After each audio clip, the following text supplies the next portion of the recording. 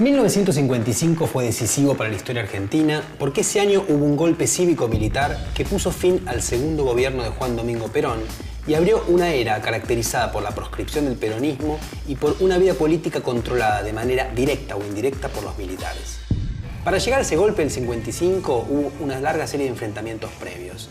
Para las Fuerzas Armadas estaba mal la política social que el peronismo llevaba adelante, mientras que para la Iglesia Católica el gobierno había invadido áreas en las cuales ella solía tener una fuerte influencia, como por ejemplo la educación.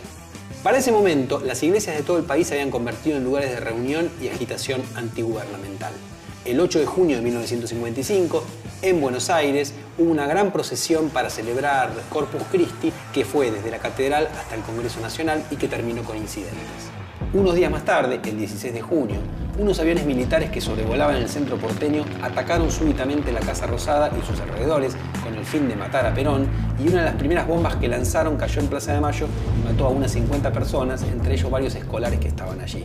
Enseguida la CGT convocó a los obreros a defender al gobierno y los primeros que llegaron a su sede recibieron armas para pelear. Sin embargo, Perón, que estaba a salvo en el Ministerio de Guerra, llamó a la CGT y pidió que nadie fuera a la plaza para evitar una masacre.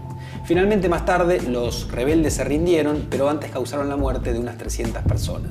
En respuesta, esa noche, grupos peronistas incendiaron la catedral, la curia y 6 iglesias del centro porteño. Lejos de terminar, el conflicto recién está empezando. Para vencerlo, solamente necesitamos una Argentina unida. Necesitamos terminar con los traidores. Desde 1945, el peronismo fue asociado por sus adversarios al fascismo. La defensa de la comunidad organizada, como una forma de corporativismo, la intervención del Estado en la economía, la presentación del movimiento como una tercera posición, esto quería decir que no era ni democrático liberal, ni comunista, la identificación del movimiento con los valores nacionales, eran los elementos que la oposición usó para asociarlos. Sin embargo, fue en 1955, con la Revolución Libertadora, que se terminó por identificar a Perón y a su movimiento con el nazifascismo totalitario. Ese golpe había sido impulsado y apoyado por un heterogéneo grupo que lo que llamaba era a liberar la sociedad del peronismo. Este grupo estaba integrado por socialistas, comunistas, radicales, nacionalistas, católicos y conservadores. Y todos ellos, en lo que estaban de acuerdo, era que el peronismo había perseguido a la oposición, había atacado a los intereses y valores culturales de las clases más establecidas e impulsaba un estilo que era rebelde y que era contrario a las instituciones republicanas. Su diagnóstico consistía en que había que terminar, como fuera, con el fenómeno peronista. Este intento por desperonizar la sociedad resultó todo un fracaso. Tuvo como resultado una mayor polarización de esta misma sociedad en torno a esta división antagónica entre peronistas y antiperonistas. Una división que dejó su marca en la cultura política argentina.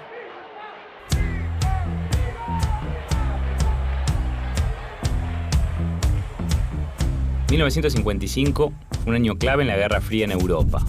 Se producía la reunificación de Alemania Occidental, que unía las 3 partes que después de la Segunda Guerra Mundial quedaron bajo control de Estados Unidos, Francia y Gran Bretaña. Es decir, este se transformaba en un estado independiente, separado de Alemania Oriental, bajo la órbita de Moscú. Ese mismo año la Unión Soviética logró lanzar la bomba de hidrógeno transportable, dando un paso clave en la carrera nuclear por lograr un desarrollo más avanzado que Estados Unidos.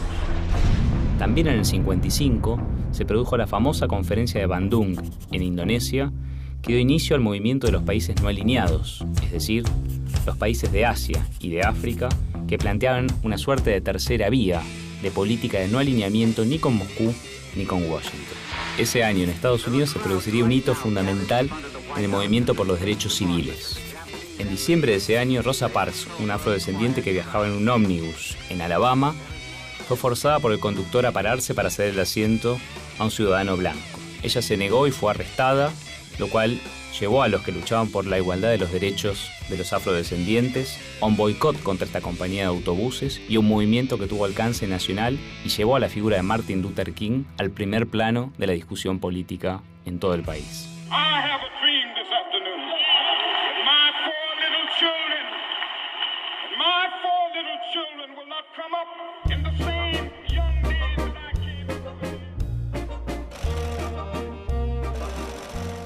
A mediados de la década del 50, Christian Dior estaba en uno de los puntos más altos del desarrollo de su estilo.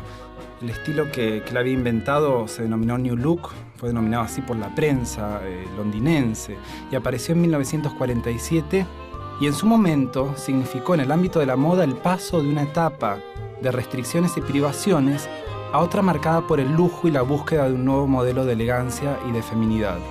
La silueta Dior era de hombros estrechos, cintura mínima y faldas muy amplias. Todo el look se completaba con los sombreros, los guantes y los zapatos adecuados. El grado de libertad alcanzado en la década anterior ahora quedaba restringido y de la mujer se esperaba que fuese un bello adorno de su marido. Esta fue quizás una de las grandes críticas que sufrió este estilo por parte de las feministas de esta época y parte de la revisión que hace del New Look la historia actual de la moda. En Argentina, 1955 fue el año en que en la televisión porteña apareció en el aire el ciclo El arte de la elegancia de Jean Cartier. Esta emisión, realizada en colaboración con su esposa María Fernanda Cartier, perduró durante 28 años en las pantallas locales y fue la encargada de la intensa difusión de las líneas europeas, sobre todo durante el resto de la década del 50 y durante los años 60.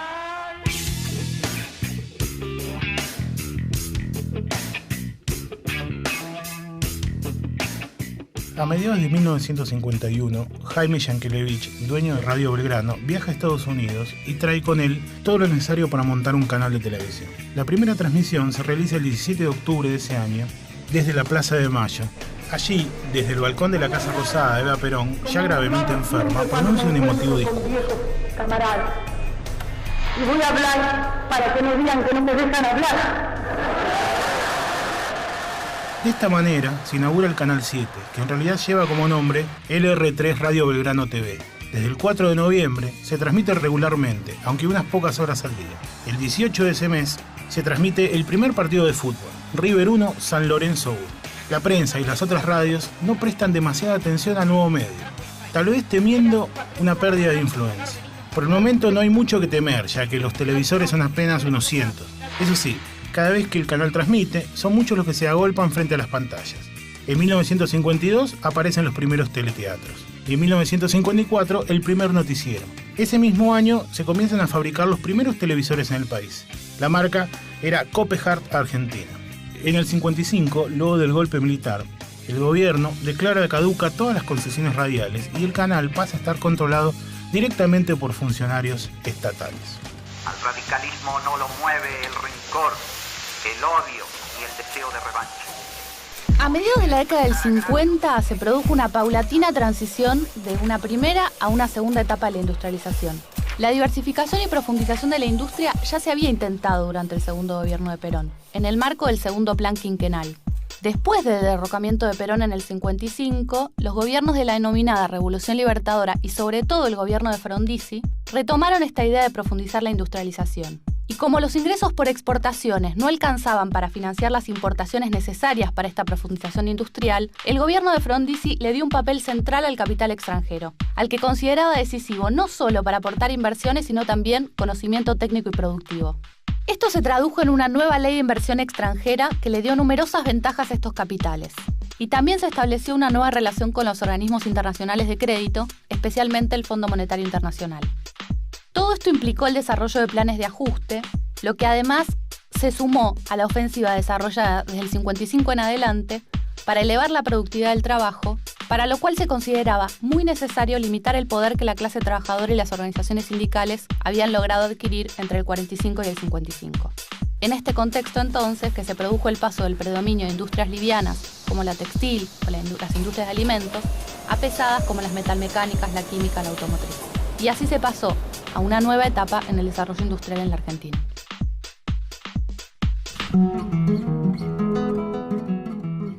...1955 fue un año fatídico para la historia argentina, pero un relevamiento de la vida musical nos muestra que en ese terreno al menos las cosas no fueron tan negativas. Por un lado, se estaban construyendo las bases de lo que poco más tarde se denominaría el boom del folclore. Por ejemplo, 5 hermosas zambas de Gustavo Cuchi Leguizamón, entre ellas la famosa Zamba del Pañuelo, con letra de Manuel Castilla, fueron escritas en 1955. En En materia de música porteña, ese año Astor Piazzolla fundaba su Octeto Buenos Aires. Hasta ese momento, Astor había creado su música en el marco sonoro de la orquesta típica. Pero el viaje a París, donde estudió con la gran música y pedagoga Nadia Boulanger, así como su creciente interés por el jazz y la música contemporánea, lo animaron a probar, una vez de regreso en Buenos Aires, con un formato diferente. El Octeto Buenos Aires parecía una orquesta reducida, pero en realidad era otra cosa, algo completamente diferente en la historia del tango. Por ejemplo, el octeto introducía a la guitarra eléctrica como instrumento solista, a la vez que revisaba los criterios tradicionales de arreglo e instrumentación. Pasarían muchos años antes de que la aprobación llegara para Astor Piazzolla. Esa aprobación que suele concedérsele a los grandes rupturistas del arte solo cuando estos han ingresado al panteón. A la violencia le hemos de contestar con una violencia mayor. Después del bombardeo a Plaza de Mayo en junio de 1955, Perón quedó muy debilitado. La cúpula del ejército le impuso una política de conciliación que él abrazó inmediatamente, pero la oposición en ese momento no quería consenso y la tregua fracasó y empezaron a presionar para que cayera el gobierno. Entonces el presidente cambió radicalmente su posición e impulsó a las masas peronistas en contra de sus adversarios. El 31 de agosto dijo que iba a renunciar y la CGT convocó un acto para pedirle que no lo hiciera. Esa noche, ante una multitud en Plaza de Mayo, el presidente pronunció un famoso discurso en el cual anunció que por cada peronista que cayera, caerían 5 opositores. Sin embargo, unos días más tarde, el 16 de septiembre, el general Leonardi dirigió un golpe de Estado que resultó exitoso y obligó a Perón a irse al exilio. Más tarde, el 23 de septiembre, mientras la CGT le pedía calma a los obreros, una gran multitud se volvió a reunir en Plaza de Mayo, pero esta vez para celebrar el triunfo del golpe, al que llamaron la Revolución Libertadora. Así, 1955 fue un año decisivo porque dio inicio a un largo periodo de 18 años de proscripción del peronismo. Es decir, que el movimiento mayoritario de la política argentina quedaba prohibido legalmente. Esto generó toda una serie de respuestas populares y de resistencias que eventualmente, después de unos años, llevarían a la espiral de violencia política de las décadas del 60 y del 70.